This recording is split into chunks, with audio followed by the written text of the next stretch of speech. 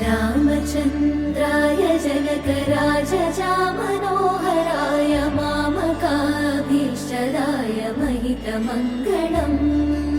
रामचन्द्राय जनकराजजामनोहराय मामकाभीष्टदाय महितमङ्गलम्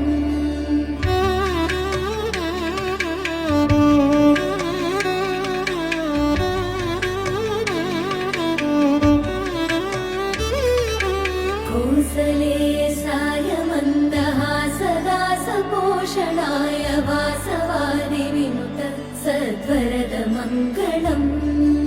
कौसले